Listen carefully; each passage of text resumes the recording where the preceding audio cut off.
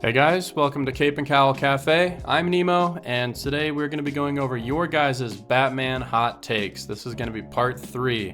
If you guys enjoy the video at any point today, I'd really appreciate if you hit that like and subscribe button, but let's just hop right into this.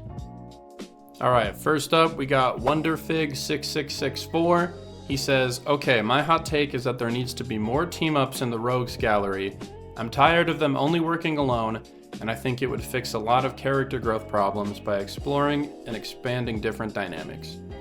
I think this is a pretty good idea. I mean, Batman villains do team up quite often in the comics, but, you know, a lot of them are so varied in their motivations and, you know, like the reasons why they do what they do. Like, for instance, a lot of the villains just absolutely hate Joker and want nothing to do with him. They don't want to hang out with him. They don't want to plan things with him because he's too much of a wild card. So I do think it would be cool if there was kind of like a Sinister Six, you know, for Batman, kind of like Spider-Man, but, you know, you'd have to pick the right characters because a lot of them just don't really work well together. All right, next up, Little Tay-Tay says, the next time Bane is in a live-action movie, he has to be Hispanic, and he has to wear the Lucha Libre mask. No exceptions. That is who he is, and his portrayal in The Dark Knight Rises was so insulting to his character. Yeah, I don't know why Christopher Nolan decided to make Bane, you know, a white guy with a weird mask and a vest. Like, that just goes against everything that Bane is supposed to be. I don't know. And also, why would you choose Tom Hardy, okay? The guy is like, what, 5'9"? He's short. He's not a very tall guy. And he's not that menacing, okay? Bane is supposed to be this huge, hulking figure that challenges Bruce, not only physically, but mentally. And I didn't really get that vibe from Bane in The Dark Knight Rises. You know, I would love to see a more comic book accurate Hispanic wrestler looking Bane. I think that's more intimidating, honestly. You know, the trench coat wasn't really doing it for me. All right, next one on the list, we got Particle PP. Sorry. All right, he says, I hate the Hellbat armor. And he says, the Batman who laughs is the corniest villain ever. And I have to agree. I think that the Hellbat armor is kind of stupid. Like, I understand Batman having a few Iron Man type armors for special situations, but like, the Hellbat armor is just so over the top for no reason. And then the Batman who laughs, he reminds me of this guy right here. The clock strikes 12. Midnight arrives. Cock your guns and sharpen your knives. Like, he's just, you know, he's not tough, okay? I think it's kind of lame. Okay, next on the list, IsWorks420 says, with some tweaking, Hush could be one of the best Batman villains. Number 2, the Court of Owls is better than the League of Assassins. 3, Hugo Strange, Poison Ivy, and Killer Moth need more attention. And 4, Harley Quinn should be written more serious and not treated like DC's Deadpool. All right, let's tackle these. So number 1, I do think that Hush could be better with, you know, a bunch of tweaking, but I don't think he would be one of the best villains. Like, him as a villain is very dependent on, you know, the history of Bruce and Thomas Elliot kind of landing. And since they never really explore that outside of the story where Hush is the main villain, it just doesn't have the same impact that it could. So I just think that Hush is always going to be a weaker villain because of that. And then Court of Owls is better than League of Assassins. I think I would agree with that, at least because the Court of Owls hasn't been done as much, and it always feels more fresh and new, and it just hasn't been done to death. You know, the League of Assassins isn't everything, and anytime there's some kind of like big conspiracy, half the time they're behind it and like, oh, they're here to cleanse Gotham. And like, yeah, you know, it's cool, but I think it's just a little overused. And then Hugo Strange is definitely a super underrated villain. I think he needs a lot more attention. He should be in a lot more things. I would really like if he was a side antagonist in a live action Batman movie. That would be really cool. And I think Poison Ivy gets the appropriate amount of attention. Killer Moth definitely needs some more. You know, he's been shoved into that C-list, D-list villain territory, but, you know, he has a lot more lore than some of those other guys, and so he'd be more interesting to see in a movie. I don't know, it could be cool. And then, yeah, Harley Quinn has gotten really annoying lately, and especially in that Harley Quinn show. Like, I haven't seen all of it, but I just really don't like the way they portray her there, you know? Like, Harley Quinn is not supposed to be all there. Like, she is an insane person, you know? Like, I get it, she leaves the Joker and she starts a new life and all that, but like, she's still not right in the head, and Batman would not, you know, be on her side. Batman would still want to bring her in because she has committed numerous huge crimes. Like, of course he wants to rehabilitate her, but like, he's not just gonna forgive everything. Like, come on, what are we doing? All right, next up. Cool Dude Gaming says, hot take, I think Batman Beyond's suit defeats the purpose of Batman. Terry relies too heavily on the suit and gets absolutely fried whenever his suit doesn't work. I think he should have become another Robin for a short time so he could learn more about being Batman and eventually earning the suit. Okay, you're going after my boy here, okay? And I'm not gonna take that lightly, so I'm gonna defend my man Terry McGinnis, all right? He should not be a Robin. That defeats the whole purpose of him being special as Batman, because most of the other Robins were ushered into the role by Bruce Wayne. They didn't really know what they were getting into, they didn't really want it, you know, and eventually most of them came to regret it. But Terry McGinnis chose to be Batman, all right? He broke into the Batcave, he took the suit, he made the choice. And then even after he like realized all the crap that being Batman brings, he still chooses to be Batman because he feels like he needs to make up for past sins. I had no right to force this life on you or anyone else. Hey, I was the one who broke in and swiped the suit, remember? I was a pretty bad kid once. The kind of punk you wouldn't have wasted a second punch on back in the day. I'm trying to make up for past sins. Every time I put on that suit, it's my chance to help people who are in trouble. It's a chance to look like a worthwhile human being again. In my eyes, if no one else's, it's what I want, Bruce. That's what makes Terry special as Batman. And your point about the suit, I mean, there are countless episodes where the theme is, Sometimes I ask myself, is Batman just the suit, or is he the man inside? and, you know, Terry functions without the suit. Like, there's the episode where, you know, the old grandpa guy AI takes over the Batsuit and goes on a rampage. So Terry has to go himself and stop the suit, and he's just wearing a Nightwing mask, and he's just using his, you know, intuition and his brains, and he defeats it because he's Batman, not the suit, you know? I think that that's a misconception where, you know, everyone's like, oh, like Terry's just like Iron Man, where it's just the suit and it's not really him. Like, no, Terry McGinnis is Batman. Like, let's not get that twisted. And, you know, just because we disagree, that doesn't mean that I think you're stupid or anything. It's just, you know, I'm very passionate about Batman Beyond. That is my guy. He is my favorite. So I will defend him.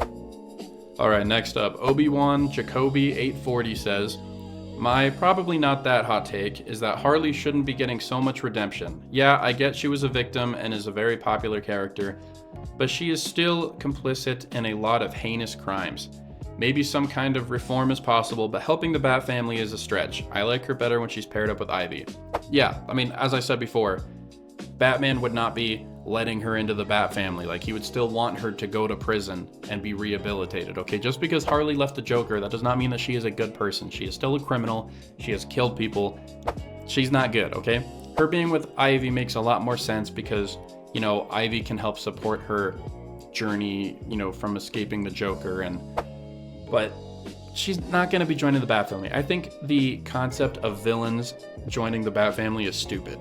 You know, I don't think Bruce would do that, and the Bat family is already a little too bloated, so it just doesn't make sense. Alright, Cool Peter M says, I like the Bat symbol having the gold outline like the Rebirth suit. Yes, okay, I feel like if you're gonna do the yellow on the Bat suit, you gotta do the outline, because most of the time the oval just looks kind of stupid. You know, I like it on the BTAS suit because it's timeless, it kind of supports that Art Deco vibe, but you know, the oval just looks a little silly most of the time, and the logic also is dumb, you know, like, well, he has yellow there because it's supposed to attract gunfire to where the armor's the strongest. Like, okay, isn't the whole point to not get shot? Why would you make yourself more visible? You know, Batman can dodge bullets and he hides in the shadows. Why would he want a big yellow spot on him? Like, if you're gonna do it for aesthetic purposes, do the gold trim. It just looks a lot better. All right, Luke 33 CA 48 says, my hot take is that I think the character Red Robin should be replaced with Tim Drake taking up the mantle of Red X. In my opinion, Tim Drake is by far the most qualified in the role of Robin. So much so that I think he's the only one of the Robins truly capable of taking up the mantle of Batman if Bruce couldn't anymore. But that being said, I don't think Red Robin is the right direction for the character.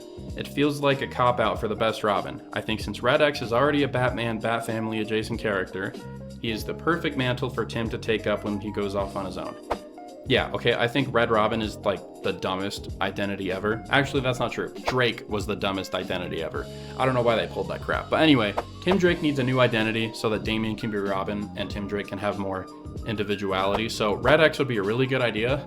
Or My buddy and I came up with another identity for Tim Drake named Cypher, and he would have a green and black costume. It would kind of still look like Robin, but he would more focus on his technological abilities and kind of be like an oracle that's out in the field, if that makes sense. I think that would be way better than Red Robin or Drake, but Red X is really good too. Alright, Mr. Meister 127 says, my hot take, Batman would be so much better if he had a progression from going from human to something beyond, even superhuman, more like a vampire character, especially after he meets Man-Bat. Also, I wish Man-Bat would join the family, or at least a series that would bring back something from the Vampire Batman comics. I mean, I don't like the idea of villains joining the Bat family, but I already mentioned that earlier.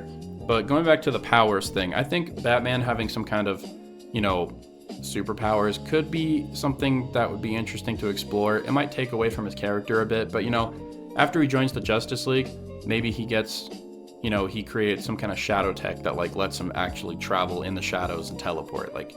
I think that would be really cool, and it would add to the supernatural element of his character.